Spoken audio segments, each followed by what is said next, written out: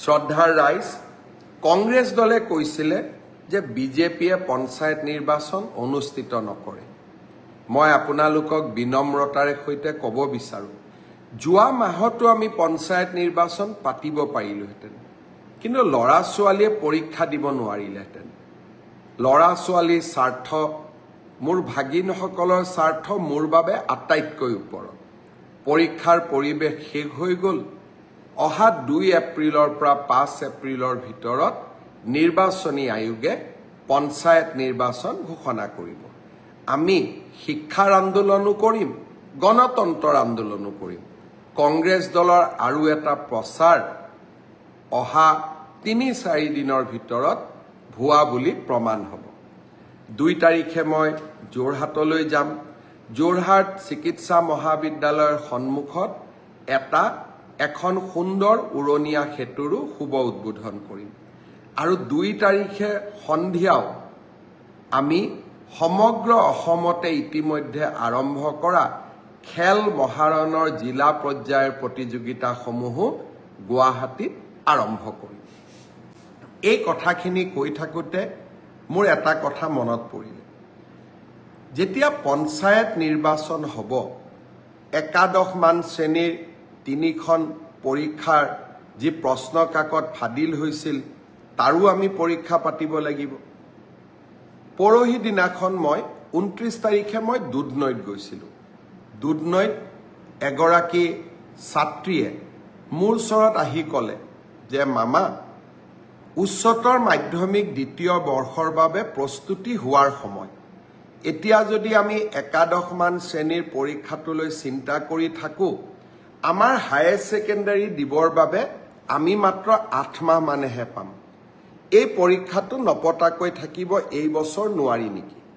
মই ভাবোঁ যে আমি সেবাই এই দিশটো বিবেচনা কৰিব লাগে।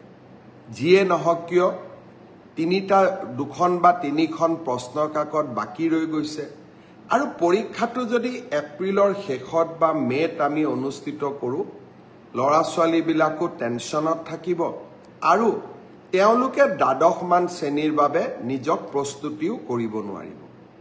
মই ভাবোঁ যে একাদশৰ পৰা দ্বাদশ শ্ৰেণীৰ পৰীক্ষাটোত যিহেতু পাছ আৰু ফেইল নাই, সেইবাবে সেবাই এই বছৰ বাকী ৰৈ যোৱা প্ৰশ্ন কাকতখিনিৰ ওপৰত পৰীক্ষা নাপাতিলেও হ'ব।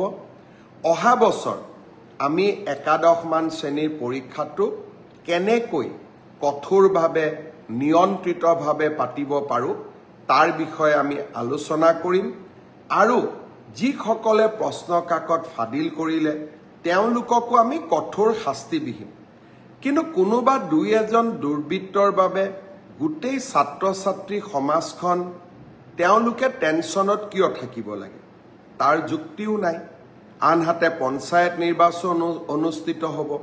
মে' মাহত আমি পৰীক্ষা পাতিলে ল'ৰা ছোৱালীবিলাকে দ্বাদশমান শ্ৰেণীৰ বাবে কেতিয়া প্ৰস্তুতি কৰিব? মই আমাৰ স্কুল এডুকেশ্যন বৰ্ডক অনুৰোধ কৰিম, শিক্ষা বিভাগক অনুৰোধ কৰিম, বিষয়টো যাতে আকৌ এবাৰ বিবেচনা কৰে, ছাত্ৰ ছাত্ৰীসকলক টেনশ্যনৰ পৰা আমি যাতে মুক্ত কৰি দিওঁ। মই যেতিয়া এনেকৈ সভা সমিতিত যাওঁ, হঠাতে লগ পোৱা জনসাধাৰণে কোৱা কথাবোৰ মই খুবেই গুৰুত্ব দিওঁ। কাৰণ মুখ্যমন্ত্ৰী হ'লে সকলো কথা জানিব নোৱাৰি।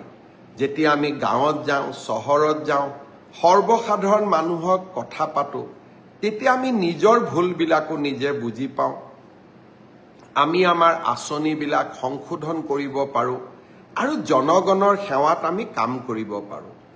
আমি দিছপুৰত বহি থাকিলে একাদশমান শ্ৰেণীৰ ছাত্ৰ ছাত্ৰীসকল, যিসকলে হায়াৰ ছেকেণ্ডেৰী পৰীক্ষা দিব লাগিব, ফাইনেল ইয়াৰৰ জীৱনৰ আটাইতকৈ মূল্যৱান পৰীক্ষা, তাৰ হয়তো আমি বেদনা বা তেওঁলোকৰ অনুভৱবোৰ বুজিবই নোৱাৰিলোহেঁতেন।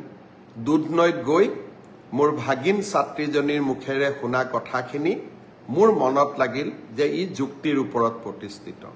সেবাই নিশ্চয় এই দিশত বিচাৰ বিবেচনা কৰিব আৰু ছাত্ৰীসকলক প্ৰস্তুত হ'বলৈ সময় আৰু সুবিধা উলিয়াই দিব।